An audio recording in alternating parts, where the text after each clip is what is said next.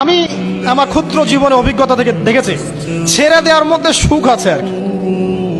মনে করেন কেউ আপনি গালি দিয়েছে, তো আপনি অনেস্ট, আপনি সৎ এবং আপনি কোনো অন্যায় করেননি, আপনি মাজলুম, তারপরেও আল্লাহর সন্তুষ্টির জন্য ছেড়ে দিলে, আচ্ছা ছাক, কিছু দিচ্ছে বাই, ওকে কিছু বললাম না, ছেড়ে দিন।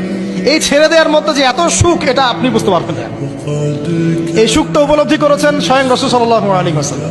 মক্কা বিজয়ের দিন ওই যে বহু মানুষ এসে কি বলেছিল, ভয়ে কাঁপছে যে রাসূল সাল্লাল্লাহু আলাইহি ওয়াসাল্লাম তাদেরকে আবার মৃত্যুদণ্ড দেন কিনা, আছে না?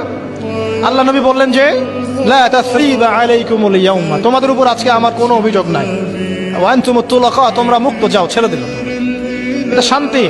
ইউসুফ আলাইহিস সালামের ভাইরা কুয়াতে ফেলে দিয়েছিল না, সেখান থেকে মিশরের বাজারে, সেখান থেকে রাজপ্রাসাদে, সেখান থেকে জেলখানায়, জেলখানা থেকে রাষ্ট্র ক্ষমতায়। কি লাইফ ট্র্যাজেডি, লাইফের ট্র্যাজেডি দেখেছেন?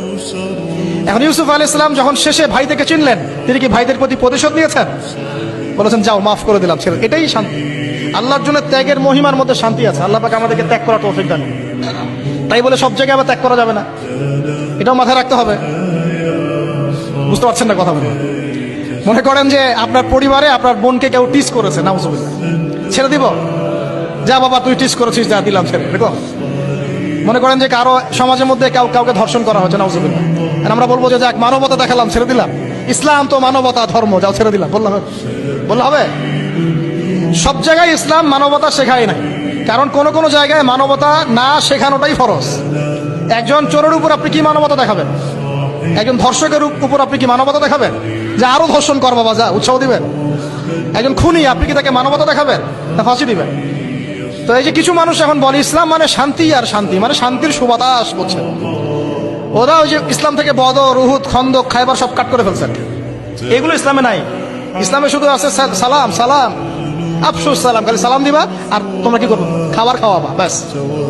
আর ইসলামে যে আরো বড় বড় বিধানগুলো আছে, এগুলো পাশ কাটিয়ে এড়িয়ে যাবে। ইসলাম তো শান্তির ধর্ম। আরে বাবা, শান্তি মানে কি?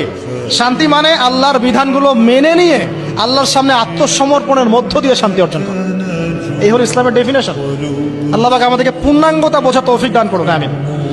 হ্যাঁ, যেটা বলছিলাম প্রিয় ভাইরা, অন্যের কষ্ট উপলব্ধি করে আমরা সারা বছর অন্যের স্বার্থকে অগ্রাধিকার দিব। যদি আমাদেরকে কেউ কষ্টও দেয়, আল্লাহর ওয়াস্তে মাফ করে দিবেন। তবে যেখানে